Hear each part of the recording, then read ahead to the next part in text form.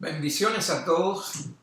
Estamos hoy listos y más que listos para seguir adelante con esta serie del libro de los Hechos. Hoy vamos a estar en el capítulo 9, versículo 1 al 18 y vamos a ser testigos de uno de los grandes milagros de Dios en la vida de uno de los apóstoles, que es el apóstol Pablo, un hombre que pasó de ser prácticamente un asesino de los miembros de la iglesia, perseguidor de la iglesia, un hombre de mucho conocimiento, enseñado, criado a los pies de Gamaliel, fariseo, celoso de la palabra de Dios, pero todo ese conocimiento no le servía de nada porque lo usaba para mal. Y vamos a ver cómo un encuentro con Jesús cambia su vida. Hoy vamos a tocar hasta el versículo 18, pero a medida que vayamos progresando con el estudio del capítulo 9, nos vamos a dar cuenta de las cosas que Dios hace en la vida de Pablo, los cambios que ocurren en la vida de Pablo. Y eso no está reservado solo para Pablo, sino todo aquel que conoce a Jesús, todo aquel que deja que Jesús penetre en su vida, que Jesús sea el Señor de su corazón, definitivamente, positivamente, y se lo garantizo, hermano, hermana, que van a haber cambios si la persona acepta a Jesús de verdad. Amén. Con eso en mente vamos a comenzar a leer Hechos capítulo 9, versículo 1. Amén. La palabra de Dios dice así: y Saulo, respirando aún amenazas y muerte contra los discípulos del Señor, vino al príncipe de los sacerdotes y demandó de él letras para Damasco, a las sinagogas, para que si hallase algunos hombres o mujeres de esta secta, le trajese presos a Jerusalén. Vemos que son palabras duras lo que las escrituras nos dicen aquí, que respirando amenazas y muerte, llama a la iglesia primitiva a una secta, y sus intenciones no eran buenas.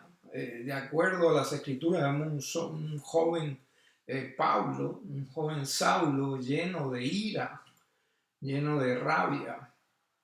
Entonces, esto no es nada nuevo, ya lo habíamos leído anteriormente en, vamos a ver, capítulo 7, el versículo 58, que después de apedrear a Esteban, parece que Pablo era testigo de cuando apedrearon a Esteban. Pablo estaba ahí en la multitud, le trajeron las ropas de Esteban a Pablo como un trofeo.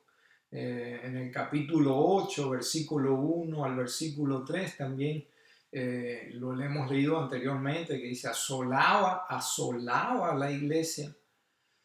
Y en el versículo 9 acabamos de leer que respiraba amenazas y pedía cartas para perseguir a la iglesia.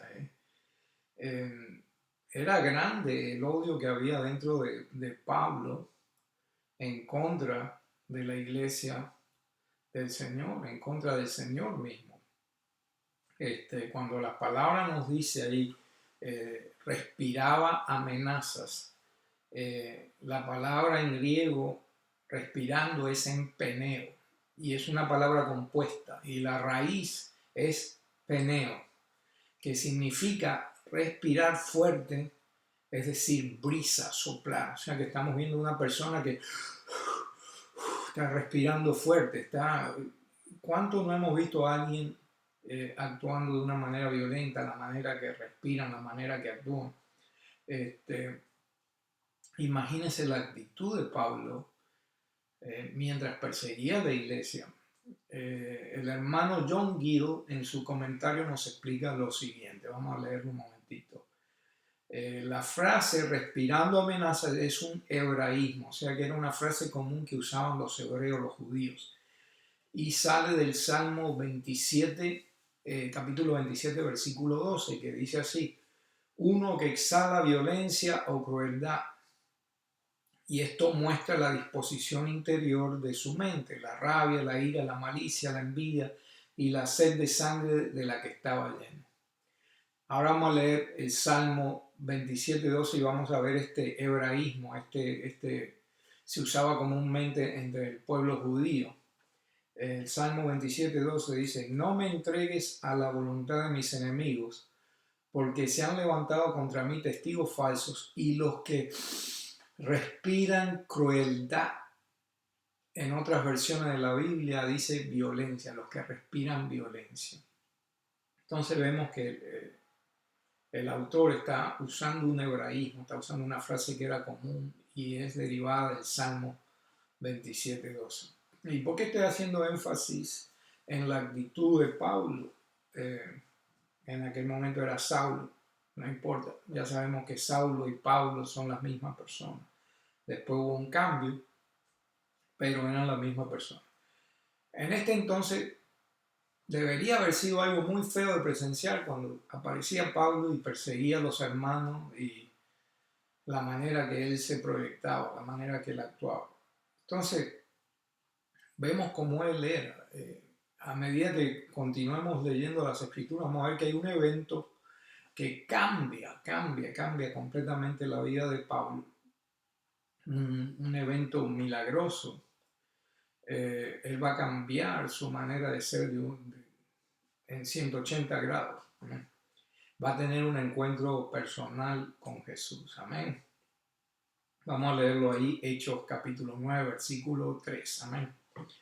Y yendo por el camino, aconteció que llegando cerca de Damasco, súbitamente le cercó un resplandor de luz del cielo. Y cayendo en tierra, oyó una voz que le decía: Saulo, Saulo, ¿por qué me persigues? Y él dijo: ¿quién eres, Señor? Y él dijo: yo soy Jesús, a quien tú persigues. Dura cosa te es dar coces contra el aguijón.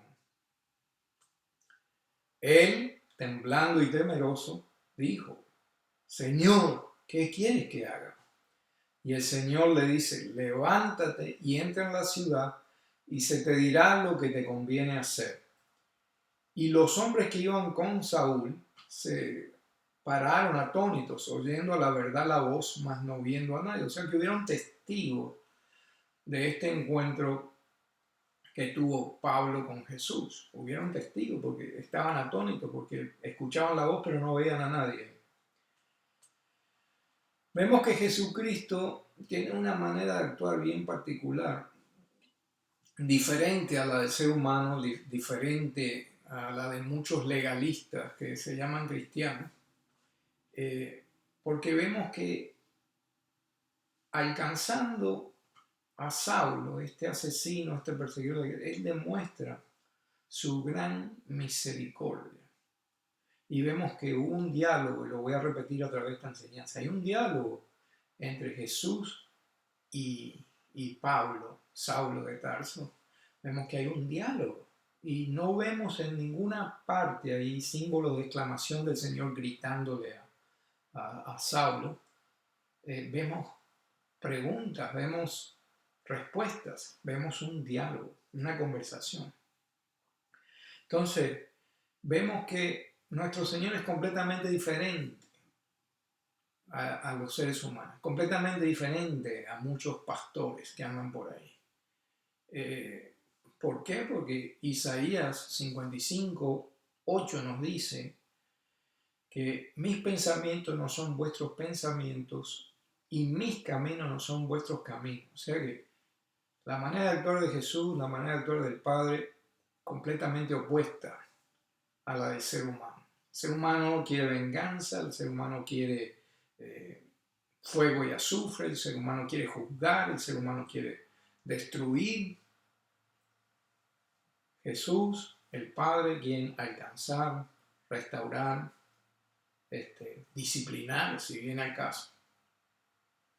Pero nunca quieren destruir a alguien, nunca quieren juzgar injustamente a alguien, no mirándose. como lo hacen muchas personas, ¿no? Cristo vino a salvar al mundo, inclusive a personas tan violentas y con un pasado tenebroso como el de Pablo. Amén. Pablo era perseguidor de la iglesia. Cristo le habla en ese momento y le pregunta, ¿por qué me persigues? ¿Por qué me persigues? Cristo no entra en juicio, sino en diálogo, Dios, nuestro Dios, Yahweh, Jehová, como usted lo quiera llamar, Jehová Jireh, Jehová Nisi, Él tiene muchos atributos. Pero sí, nuestro Dios es un Dios de diálogo, es un Dios de misericordia. Amén. Cristo, al igual que el Padre, quiere tener una conversación con nosotros. Quiere tener un encuentro personal, quiere tener una relación con nosotros, íntima. Esa es la manera que piensa nuestro Padre, esa manera que piensa Jesús. La intención de Dios es no que algunos se salven, sino que todos, porque la Biblia no se contradice. Todos sean salvos. Si vamos ahí a 1 de Timoteo, capítulo 2, versículo 4, dice, el cual quiere que todos los hombres sean salvos y que vengan al conocimiento de la verdad. Amén. Nuestro Dios quiere que todos los hombres sean salvos y vengan al conocimiento. Dice todos, no algunos, no excepción, no, todos. Ahora, entre el libre albedrío, cada persona escoge si quiere ser salvo o no, escoge si quiere tener una relación personal con Dios, con Jesús, sí o no. La persona escoge, hay una decisión que tiene que ser tomada ahí mismo, ¿no? Pero nuestro Dios es un Dios de diálogo, un Dios de segundas oportunidades, es un Dios que quiere que toda su intención, que todo el mundo sea salvo. Sus pensamientos no son nuestros pensamientos, sus caminos no son nuestros caminos. Amén. Entonces, tenemos que darnos cuenta que a través de la historia, a través de la Biblia, vemos que después que Adán pecó y arruinó nuestra inmortalidad prácticamente y trajo una serie de consecuencias nefastas a nuestra existencia, para toda la humanidad, Dios tuvo un diálogo con él. Dios podía haberse enojado de una manera y me desobedeciste y no hiciste lo que te dije y por lo tanto ahora, ya no. Pero tuvo un diálogo con Adán, y quiero hacer un pequeño paréntesis en cuanto al diálogo, que nuestro Dios es un Dios de diálogo, no es un dictador. Génesis capítulo 3, versículo 9, dice así, y llamó Jehová Dios al hombre y le dijo, ¿dónde estás tú? Después que Adán había pecado, Eva había pecado, ¿dónde estás tú? Y él respondió, dice, oí tu voz en el huerto y tuve miedo porque estaba desnudo y escondíme. Y díjole, ¿quién te enseñó que estabas desnudo? ¿Has comido del árbol que yo te mandé que no comieses? Y el hombre respondió, la mujer que me diste por compañera me dio del árbol y yo comí. Entonces Jehová Dios dijo a la mujer, ¿qué es lo que has hecho? Y dijo la mujer, la serpiente me engañó y comí. ¿A dónde vamos con todo esto? Es que vemos que hay un diálogo entre la creación y el creador. No vemos en ninguna parte un símbolo de exclamación. Vemos símbolo de pregunta, o sea que Dios está preguntando. ¿Qué sucede? ¿Por qué? ¿Qué pasó? ¿Qué? Dios lo sabe todo, pero está viendo la actitud del hombre, cómo el hombre responde, cómo la mujer responde. Muchas iglesias, lamentablemente legalistas, enseñan a nuestro Señor como un Dios sin misericordia, que siempre está listo para mandar fuego y azufre. Lamentablemente, muchas iglesias todavía manipulan a las congregaciones a través del temor. Amén. Por sobre todas las cosas, Dios es amor. En Génesis vemos que después que habló con Adán, Adán tuvo que sufrir, sí, las consecuencias de sus acciones, pero la misericordia de Dios sobreabundó. Amén. Vemos que ahí está el primer sacrificio. Cuando Adán peca y andaba desnudo y tenía miedo, se había cubierto con unas hojitas, Dios provee con unas pieles para que se cubra Adán y Eva. Y para proveer con esas pieles tuvo que haber un sacrificio para cubrir la desnudez, para cubrir el pecado. Vamos a leer otro versículo que nos habla de la misericordia de Dios. Salmo 103, versículo 8. Misericordioso y clemente es Jehová, lento para la ira y grande en misericordia. No contenderá para siempre, ni para siempre guardará el enojo.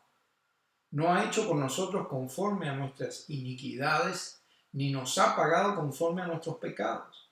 Porque como la altura de los cielos sobre la tierra, engrandeció su misericordia sobre los que le temen. Vemos que Dios es misericordioso. ¿Por qué le estoy haciendo eso? Porque para tener un diálogo con Pablo, después de lo que Pablo había hecho, perseguir a la iglesia, ser partícipe ahí, testigo de la muerte de Esteban, quizá él estaba incitando a esa masa para que apedrearan a Esteban. Él estaba ahí, no hizo nada por parar eso. Era un perseguidor, un asesino. Sin embargo, Jesús se le presenta en el camino a Damasco y tiene un diálogo. Se le manifiesta. Pablo tiene un encuentro personal con Jesús. ¡Wow! ¡Qué misericordia!, ¿no? Pero la llave de la misericordia de Dios, para que la misericordia de Dios caiga, es el arrepentimiento. Cambiar la manera de pensar, decir, wow, me equivoqué, estaba equivocado, perdóname Señor, de ahora en adelante no voy más por ese camino. Esa es la clave para que Dios derrame su misericordia. No puede haber misericordia si la persona sigue en pecado, si la persona sigue pensando erróneamente, si la persona sigue actuando erróneamente, a sabiendas. Dios no va a derramar su misericordia. Ahora, si hay arrepentimiento, la misericordia de Dios cae como una lluvia refrescante. Amén. Y eso lo podemos ver a través de la Escritura. No tomen mi palabra, lean las Escrituras. Entonces, vamos a ver que Pablo, al ser derribado, no discutió, no reclamó. Pablo sabía Escritura. Pablo era una persona de autoridad, una persona intelectual, sabía como 5 idiomas, de acuerdo a los historiadores. Se crió a los pies de Gamaliel, un hombre fariseo, de reputación. Entonces podía haberse puesto a discutir, yo soy esto, yo soy lo otro, pero se calló, no discutió. Nos damos cuenta que él se dio cuenta del error que había cometido, porque si usted se cree que está absuelto, usted se cree que tiene la razón, discute hasta la muerte. Pero él no. Él le dijo ahí en el 9:5, yo soy Jesús. Jesús le dijo a Pablo, yo soy Jesús a quien tú persigues. Dura cosa es dar cosas contra el aguijón. Entonces en el 9:6 dice, él temblando y temeroso. Vemos a Pablo ahí temblando y temeroso porque se dio cuenta que estaba ante el Creador, ante el Señor de señores, Rey de reyes. Estaba temblando y temeroso. Dijo, Señor, ¿qué quieres que haga? Reconoció en ese momento que Cristo era el Señor. Señor, ¿qué quieres que haga? Y la respuesta habla volúmenes de Pablo, de ser perseguidor de la iglesia, de ser asesino del cuerpo de Cristo. En un abrir y cerrar de ojos, en un encuentro, vio la luz, quedó enceguecido por la luz, escuchó la voz, llama a Jesús Señor, aquel el cual él estaba persiguiendo, ahora lo llama Señor. Inmediatamente lo reconoce como Señor. La palabra Señor en el griego que fue escrito en el Nuevo Testamento es la palabra kurios. Y vemos lo que esa palabra significa, es supremo en autoridad, controlador por implicación, Señor, un título respetuoso, Dios Señor, amo. Ese es el significado de la palabra curio, que significa Señor. Cuando Saulo de Tarso, dice, Señor, ¿qué quieres que haga? Lo reconoce como Señor. Él es mi amo, Él es mi Señor, se da cuenta de su error. Pablo reconoció que estaba hablando con el amo, con el creador del universo. Hubo un cambio en su manera de pensar. Después que Cristo lo confronta, después que Cristo tiene un encuentro personal con él, hubo un cambio, pero hubo un encuentro verdadero. Muchas personas cambian de religión, pero no tienen un encuentro personal con Jesús, por eso nunca crecen, nunca terminan de salir de donde están. ¿Por qué? Porque han cambiado de religión, sí, ahora ya no están adorando ídolos, esto, lo otro, pero su actitud no ha cambiado, no han tenido un encuentro con el Maestro, no han tenido un encuentro con el Rey de Reyes y Señor de Señores. Hay que tener mucho cuidado. Aquí vemos que hubo un cambio en la manera de pensar. De un momento a otro, tú eres mi amo, tú eres mi Señor. Pablo, rápido, hubo una manera de pensar, un cambio, un arrepentimiento. Y pongamos a reflexionar en esto. Pongámonos a reflexionar que si en realidad reconociéramos al Señor, a Yahweh, a Jehová, como nuestro amo y lo obedeciéramos, lo respetáramos, confiáramos en Él, 100%, todas las cosas serían diferentes. La iglesia sería diferente, nuestras vidas serían diferentes, pero muchas veces decimos Señor, Señor, Señor, pero no hacemos lo que Él nos dice. Entonces, ¿cómo puede ser nuestro Señor si hacemos lo que nos conviene cuando nos conviene, ¿no? Entonces tenemos que tener eso en perspectiva. Dios es un Dios de misericordia. Queremos experimentar la misericordia de Dios, al igual que Pablo experimentó la misericordia, al igual que muchas personas que están en la cárcel han conocido al Señor Jesús en la cárcel y han cambiado su vida de ser asesinos, de ser todo tipo de cosas, ladrones, de todo, han cambiado su vida y son nuevas criaturas por la misericordia de Dios. Pablo no es la excepción, David no fue la excepción. Moisés, Jacobo, Abraham, todos ellos fallaron en un momento u otro, pero recibieron la misericordia de Dios. Entonces, ¿qué debemos hacer? Cambiar nuestra manera de pensar. Cambiar nuestra manera de pensar. ¿Cómo hacer eso? Es que hagamos su voluntad. ¿Cómo hacemos su voluntad? ¿Cómo sabemos cuál es su voluntad? Tenemos que leer la Biblia. Tenemos que leer la Biblia porque todas las respuestas están ahí. Amén. Repasemos algunos versículos que por la misma boca de Pablo, por su puño y letra, por su testimonio, nos hablan de cómo él era. Y a medida que vayamos progresando en el libro de los Hechos, a medida que vayamos progresando en este capítulo 9, nos vamos a dar cuenta que hubieron cambios en su vida.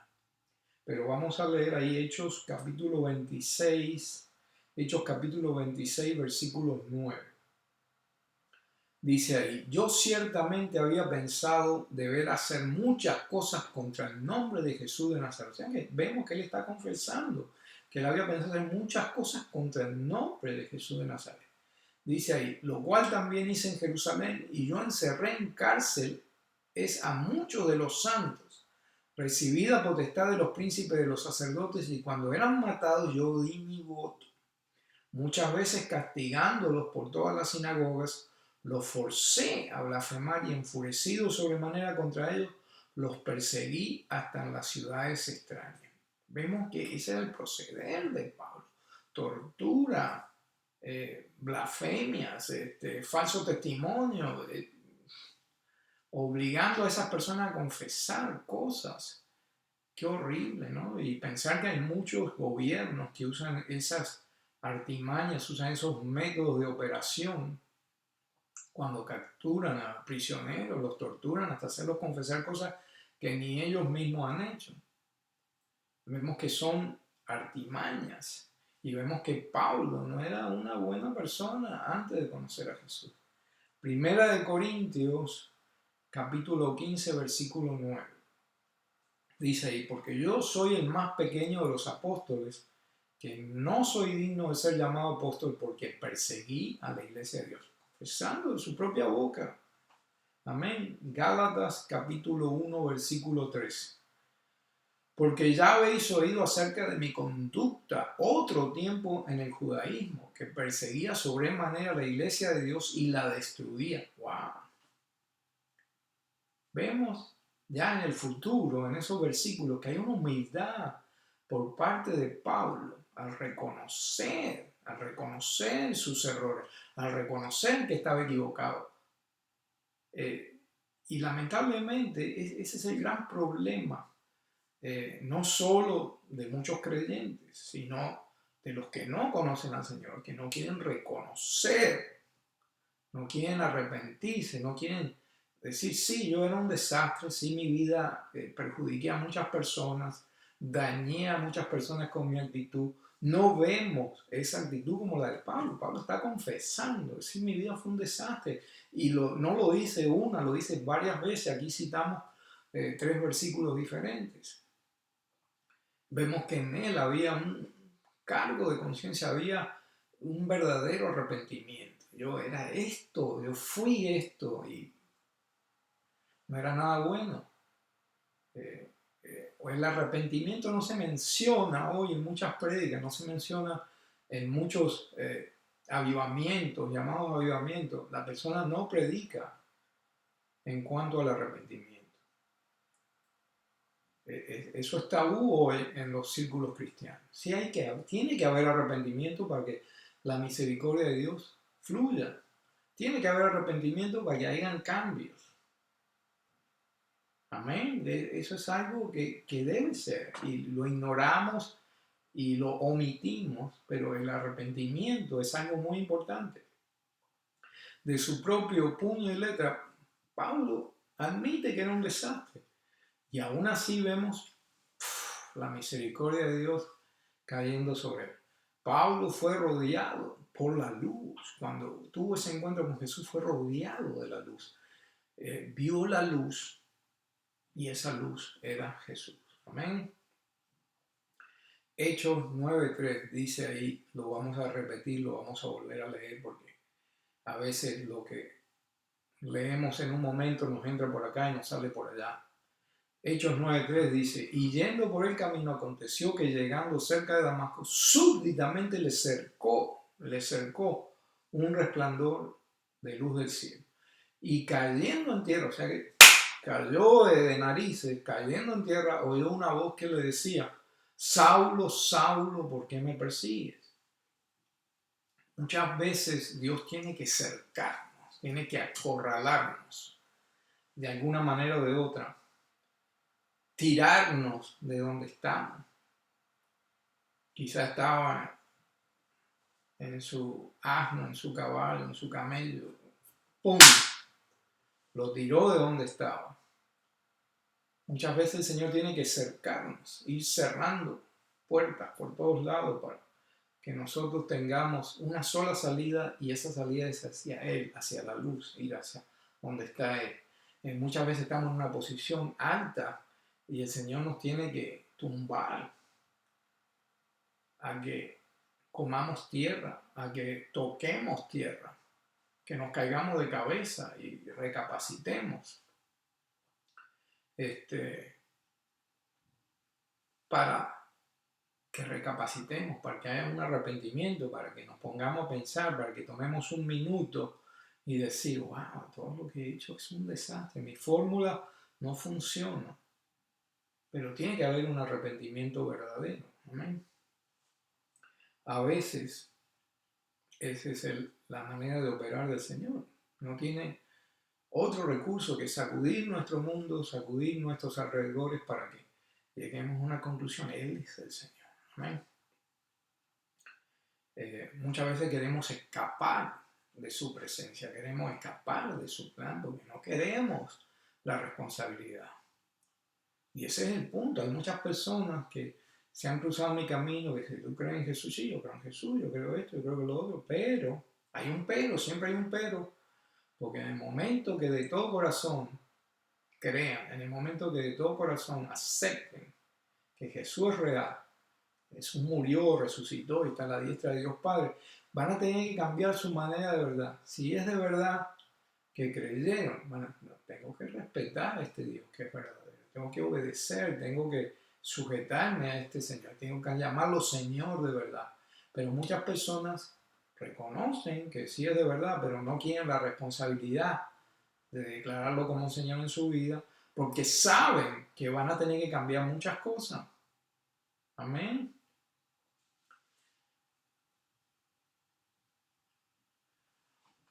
Pablo vio la luz del mundo.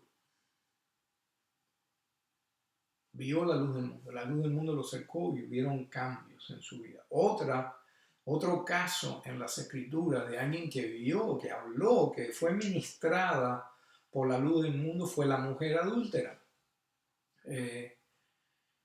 En Juan capítulo 8 tuvo un encuentro con Jesús, tuvo una conversación con Jesús. Y vamos a ver, es muy interesante lo que sucede aquí, viene al caso. Juan capítulo 8, versículo 10. Dice, y enderezándose Jesús y no viendo a nadie más que a la mujer, díjole, mujer, ¿dónde están los que te acusaban? Ninguno te ha condenado. Y ella dijo, Señor, ninguno. Entonces Jesús le dijo, ni yo te condeno, vete y no peques más. Vete y no peques más. Y hablóle Jesús otra vez diciendo, yo soy la luz del mundo, el que me sigue no andará en tinieblas, mas tendrá la lumbre de la vida. Entonces vemos que hay un proceso aquí. Jesús agarra a esa mujer adúltera y sabemos que le empieza a escribir cosas, poco a poco se van todos los que acusaban a la mujer y vemos que hay una fórmula. Le dice, yo no te condeno, vete y no peques más. O sea que la cláusula es vete y no hagas más las cosas que estabas haciendo. Tiene que haber un cambio, tiene que haber un arrepentimiento. Entonces, ahí Jesús reafirma esto, yo soy la luz del mundo, el que me sigue no andará en tinieblas. O sea, si tú decides seguir a Jesús, no puedes andar en tinieblas. Sí va a haber momentos que vas a fallar, que vas a pecar, porque mientras estemos en esta carne, vamos a cometer errores, vamos a cometer pecados, pero tenemos que arrepentirnos. Amén. La Biblia dice que el que dice que no tiene pecado, mentiroso lo hace a él. Sí. Entonces dice, yo soy la luz del mundo, el que me sigue no andará en tinieblas, mas tendrá la lumbre de vida. No vamos a andar más en tinieblas, no debemos andar más en tinieblas. Tiene que haber un cambio, tiene que haber un arrepentimiento en nuestras vidas. Amén. La clave no está en ver a Jesús. Amén. Aquí es donde entra tu libre albedrío. Si lo conoces, si creíste de verdad con tu corazón y decides seguirlo, tu vida va a cambiar, ¿no? No solo va a cambiar, tiene que cambiar porque en ti ya va a estar trabajando aquel que te trae convicción de pecado, que es el Espíritu Santo. La Escritura dice que en el momento que crees en Jesús eres sellado con el Espíritu Santo. O sea, tiene que haber un cambio en tu vida, si no es todo una farsa. Vemos que la luz ciega a Pablo. Acuérdese que si usted tiene un encuentro personal con Jesús, hermano, hermana, su vida va a cambiar. Tiene que haber cambios, tiene que haber frutos. Vas a quedar marcado o marcada. Más adelante, a medida que sigamos leyendo el libro de los Hechos, nos vamos a dar cuenta de los cambios que hubieron en la vida de Pablo. Amén. Hay que tener cuidado, mucho cuidado con la gente que dice, el Señor me dijo esto, el Señor me dijo aquello, que el Señor le habla, pero usted ve la vida de ellos y usted no ve frutos dignos de arrepentimiento, usted no ve frutos. Hay gente que te dice, oh, yo sé quién es mi Salvador, mi Señor y mi Salvador, porque saben Escritura. Cuando tú le dices, tú conoces, sí, yo sé quién es mi Señor y Salvador, pero la vida de ellos es un testimonio que no tiene nada que ver con una persona que sabe quién es su Señor y su Salvador. Yo muchos años atrás conocí a un hermano en la iglesia que hasta estaba en el coro de la iglesia y cuando salía afuera al parqueo fumaba, hablaba cosas que no debía hablar. Sin embargo, él decía que era nacido de nuevo, hablaba en lenguas y se jactaba de eso. Sin embargo, su caminar no era digno de Jesús. Entonces, sucede lo que sucede cuando en Mateo capítulo 7, versículo 22, ahí vamos a ver como el Señor no es bobo. La gente se piensa que Dios no es un Dios activo, que es un Dios pasivo, que está durmiendo la siesta y que lo despertamos con nuestra oración. Eso no es así. Dios es omnipresente, omnisciente. Todo el tiempo todo el tiempo estamos bajo su presencia. Todo el tiempo sus ojos todo lo ven. Jeremías 17:10, uno de mis versículos favoritos, dice que Él es el que escudriña el corazón y le da a cada uno de acuerdo a sus obras. Dios escudriña todos los corazones. Él sabe lo que estamos pensando, Él sabe lo que estamos haciendo. Entonces mucha gente, ay Señor, Señor, Señor, pero sus acciones, ¿qué? Son un desastre, no hay arrepentimiento, y se piensan que lo que hacen en privado Dios no lo sabe. Eso no es así. Por eso lo que dice Mateo 7:22 es crudo, pero es la verdad. Dice, muchos me dirán en aquel día, Señor, Señor, ¿no profetizamos en tu nombre? Y en tu nombre lanzamos demonios, y en tu nombre hicimos muchos milagros. Y entonces le protestaré, nunca os conocí, apartados de mí, obradores de maldad. Bueno, piensa en eso. No voy a entrar ahora, pero piensa en eso, que Jesús mismo le va a decir a estas personas que Señor, Señor, que el Señor, Señor me habló, el Señor, yo hice esto en el nombre del Señor, y le hace, nunca los conocí, apartados de mí, hacedores de mal. ¿Por qué usted se cree que Cristo va a decir eso? Cuando la luz llega, hay cambios. Imagínense que usted en un cuarto con las cortinas cerradas, no entra una gota de luz, está a oscuras completamente. Pitch black, como le dicen acá. Y la oscuridad te enceguece. Usted ha tratado de caminar en un lugar que está completamente oscuro. Usted tiene que estar palpando. Usted tiene que tener cuidado de no tropezarse, de caerse, de romperse la cabeza. A veces hay objetos ahí que usted se da golpe porque no ve. Pero cuando la luz entra, usted puede ver. Usted puede caminar por ese lugar sin golpearse, puede caminar esquivando los objetos porque usted los ve. Inclusive va a haber cosas que no había visto en esa oscuridad y va a haber cosas de su vida.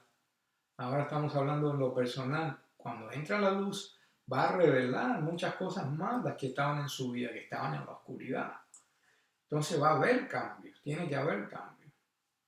Y lo más importante, ya no vas a estar ciego. Sigamos leyendo. Estamos ahora en Hechos 9, versículo 8.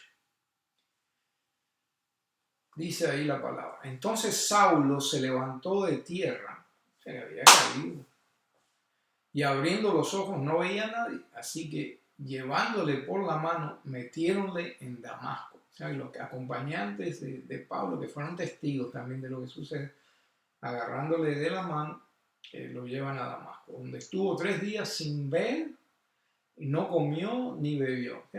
Imagínense la condición en la cual estaba Pablo.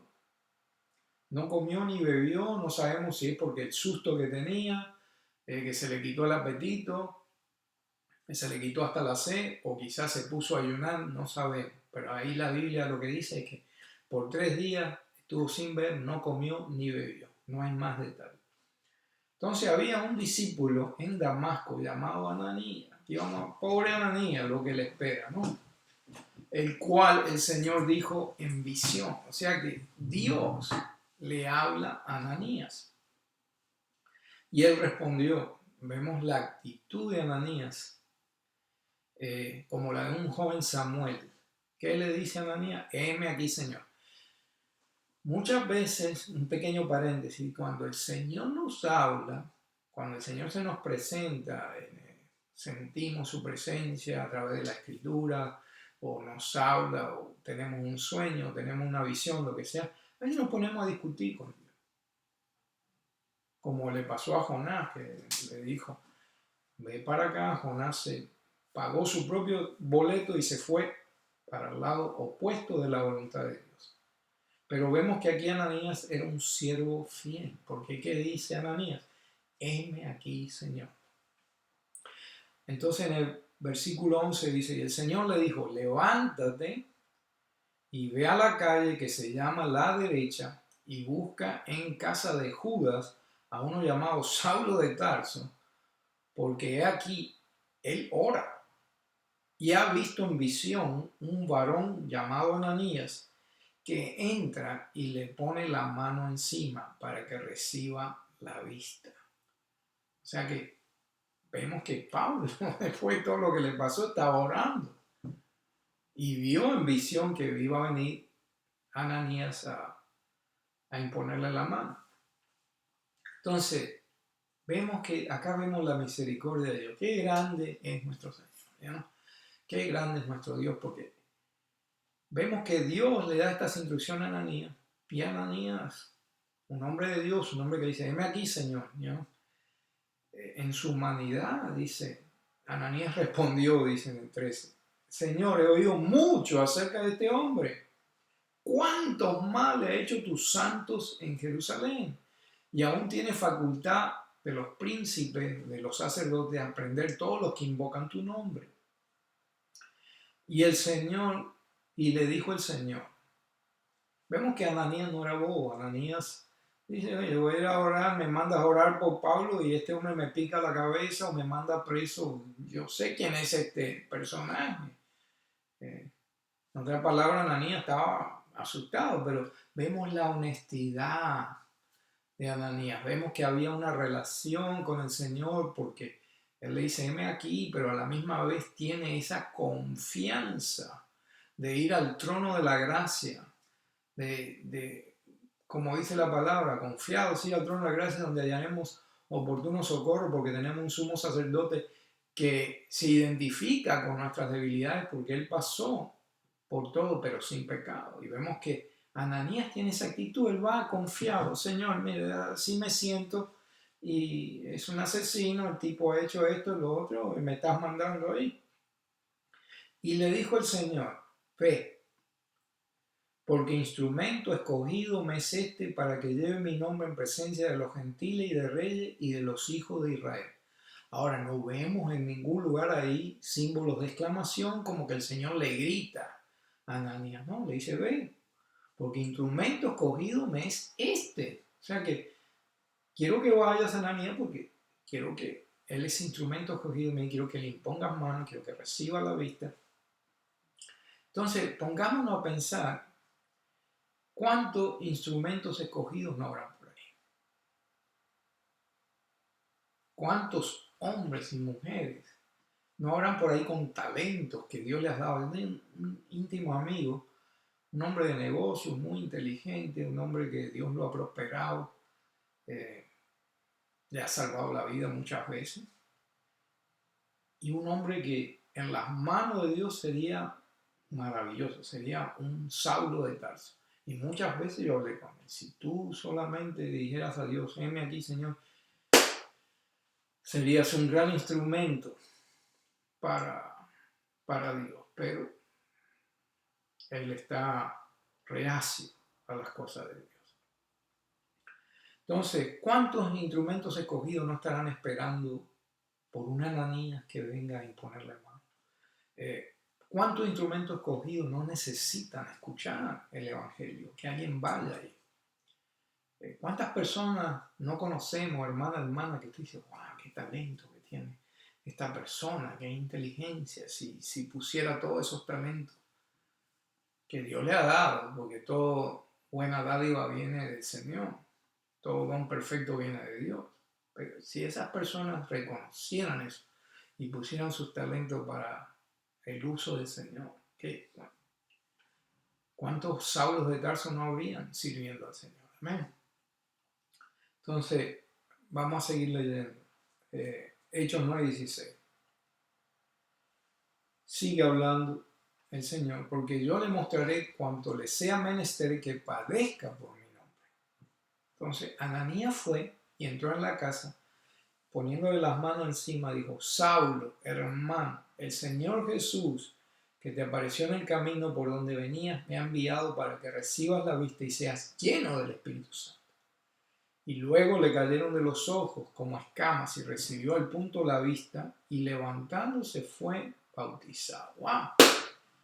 Vemos a Ananías aquí, siervo de Dios, qué grande. Le dice: Saulo, hermano. Imagínense si Dios reafirmó las dudas que tenía Ananías cuando un asesino me está mandando a que le imponga mano a este tipo. Sin embargo, cuando llega ahí, es obediente, Dios le revela, Dios le habla y dice: Saulo, hermano. Qué difícil a veces llamar hermano a personas que nos han hecho daño, personas que nos han traicionado, personas que nos han vituperado. Y después los vemos en los caminos del Señor y, hermano, ¿no? Pero Dios nos manda a ser como Ananías. Amén. Muchas personas, se lo digo por experiencia propia, saben mi pasado. Personas de la iglesia. Y lo único que han levantado es juicio. Falta de confianza, falta de respeto, porque saben mi pasado. Pero nunca han aceptado el cambio que Dios ha hecho en mi vida. Y así le pasa a muchas personas. Cuando yo iba al ministerio de las prisiones, había muchos hermanos que están ahí presos porque están cumpliendo su sentencia, pero han cambiado. Dios los ha cambiado, Cristo lo ha cambiado. Y cuando uno de esos hermanos cogía el púlpito, los otros presos no lo respetaban porque conocían su pasado. Entonces, ¿dónde estamos? Si Ananías fue capaz de decir: Saulo, hermano, vengo a imponer manos sobre ti, vengo a decirte cosas buenas, a decirte cosas buenas, Dios me lo ha ordenado. ¿Cómo serían las cosas diferentes si tuviéramos esa actitud, ¿no? Pero recuérdese de la palabra clave que abre la misericordia de Dios, que abre las puertas del cielo para que la misericordia de Dios caiga sobre mí. La palabra clave es arrepentimiento. Amén. Arrepentimiento. Amén. Después de leer todas estas cosas, vamos una vez más a la Escritura, que nos revela que Dios no es un dictador, como se dice. Dios no es un dictador. Vemos muchos líderes de las iglesias que se jactan de su posición y la usan para manipular al pueblo. Sujétate. Haz lo que yo digo porque soy el ungido. Enseñan que la fe tiene que ser ciega. Tírate al pozo por fe. Reclama el carro por fe. Enseñan que si tú haces preguntas eres hombre de poca fe. Y eso no es así. Lo acabamos de ver con el diálogo que tuvo Pablo con Jesús. Lo acabamos de ver con el diálogo que tuvo Ananías con el Señor. Lo acabamos de leer cuando Jesús le habló a la mujer adúltera. Lo acabamos de ver cuando leímos que Adán y Eva tuvieron un diálogo con el Señor después que pecaron. Tuvieron un diálogo. Gracias a Dios por Jehová, gracias a Dios por Jesús, gracias a Dios por el Espíritu Santo, gracias a Dios que Dios es un Dios de misericordia. Amén. Dialoga con la creación. Nuestro Dios es un Dios de diálogo, nuestro Dios es un Dios de amor. Sí, cuando llega el punto, tú eres cabeza dura, el Señor disciplina al que ama, no nos equivoquemos. Y después hay consecuencias por nuestras acciones, pero Dios perdona, Dios restaura, Dios es un Dios de amor. Leamos lo que dice en Hechos 9:13. Acuérdese, le repito de vuelta, este diálogo es importante. Porque si bien Ananías dijo, heme aquí, Señor, tenía sus dudas. Lo repetimos, Señor, he oído muchos acerca de este hombre, cuántos males ha hecho tu santo y aún tiene la facultad de los príncipes de Israel para causar daño, para tener autoridad.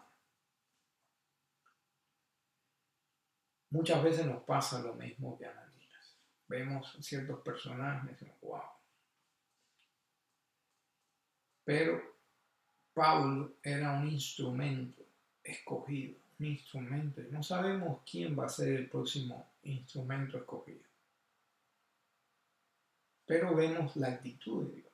¿Acaso Dios tenía que darle explicación a Ananías de que Pablo era un instrumento escogido? No, de ninguna manera. Quizás el Señor hubiera dicho, hombre de poca fe, haz lo que te digo y basta. Dios no es así, nuestro Dios no es así. Gracias, Señor, porque tú no eres así. Nuestro Señor es un Dios de diálogo, es un Señor de diálogo. Y grande es su misericordia. Tenemos que darle gracias al Señor todos los días porque Él dialoga. ¿Qué es orar? Orar es hablar con Dios. Sencillo, no lo complique. Está hablando con Dios, está teniendo un diálogo. Muchas veces nosotros somos los que hablamos en vez de estar escuchando lo que Él nos quiere decir. Pero vemos que inclusive gente que dudó como Tomás, Dios, Jesús, tiene un diálogo con él. Y lo reprende, pero no vemos símbolos de exclamación. Juan capítulo 20, versículo 26.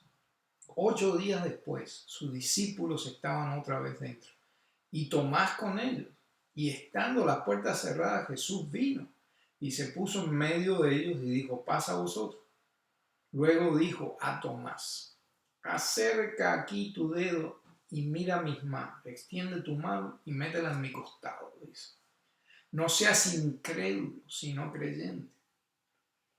Respondió Tomás y le dijo, Señor mío y Dios mío. Vemos que el único que levanta la voz ahí es Tomás. Porque Jesús sabía lo que había en su mente, sabía que estaba dudando. Y Jesús le dice, mira mis manos, mete los dedos en el... Y vemos que Tomás exclama, Señor mío y Dios mío. Y Jesús le dijo, ¿por qué me has visto? ¿Has creído? Le dice. Dichosos los que no vieron y sin embargo creyeron. Dice ahí, y muchas otras señales hizo también Jesús en presencia de sus discípulos que no están escritas en este libro. Pero estas se han escrito para que creáis que Jesús es el Cristo, el Hijo de Dios, y para que al creer tengáis vida en su nombre. De antemano Jesús sabía lo que estaba pensando Tomás. Sin embargo, tuvo paciencia con él. Vemos que cuando Jesús habla no hay símbolos de exclamación, sino que el único que exclama, que grita ahí es Tomás. Ay, Dios mío. Qué grande es nuestro Señor. Jesús le ministró a Tomás. Jesús es la luz del mundo. El que cree en Él pasa de estar en las tinieblas, pasa a estar en la luz. Jesús en su misericordia se manifestó a la vida de Pablo, de Saulo de Tarso, de asesino de cristianos. Se manifestó a su vida. Y más adelante vamos a tener ver testimonio del cambio que hubo en la vida de Pablo después de ese encuentro que tuvo a camino. Pudimos ver la obediencia de Ananías también a través de lo que hemos leído. Ananías pudo tomar una decisión si ¿sabes qué, Señor? Estamos hablando de Saulo de Tarso, no quiero saber nada con él. Y Dios no lo hubiera obligado, porque Dios es un caballero. La palabra dice en Apocalipsis que Él golpea tu puerta. Si tú abres la puerta, Él va a cenar contigo, va a tener una relación contigo. En aquellas épocas, cenar con alguien era algo íntimo, algo que era sinónimo de una relación con la persona que estaba cenando. Era más, ahora vamos, comemos y el asunto es llenar la barriga, ¿no? Antes era esa intimidad de compartir una comida con alguien, era algo importante, algo que denotaba aprecio, que denotaba intimidad, que era algo con significado. Invitar a alguien a comer en tu casa. Y el Señor golpea la puerta. Depende de ti si tú la abres. Amén. Ananías decidió ser parte, no ser parte del problema, sino ser parte de la solución. Se dejó guiar por Dios. Quiso ser instrumento. A la misma vez Ananías fue un instrumento de Dios también. Con esto vamos a cerrar con estas meditaciones. Vamos a meditar en estas preguntas que le voy a hacer. Hermano, hermano, si tu vida es un desastre, llena de violencia, llena de agitación, sin paz, dale una oportunidad a Jesucristo. ¿Amén? Dale una oportunidad que entre la luz de Jesús a tu vida y van a haber cambios para bien. Van a haber cambios para bien. Romanos, ¿cómo haces eso? Romanos es bien específico. Romanos capítulo 10, versículos 9, nos dice que si confesases con tu boca al Señor Jesús y creyeres en tu corazón que Dios le levantó de los muertos, serás salvo. Dice así, porque con el corazón se cree para justicia, mas con la boca se confiesa para salvación. Porque la Escritura dice, todo aquel que en él creyere no será avergonzado. Sencillo. Si tú has creído en él, si estas palabras que hemos hablado han hecho algo en ti, yo quiero esa luz, yo quiero a Jesús, confiésalo como Señor en tu vida. Confiesa que crees que sí lo levantó de los muertos, está sentado a la diestra de Dios Padre. Y si lo crees con convicción, vas a ser salvo. Así de sencillo. Clama a Él ahora mismo, hermano, hermana. Ahora, hay otra cosa que el Señor puso en mi corazón.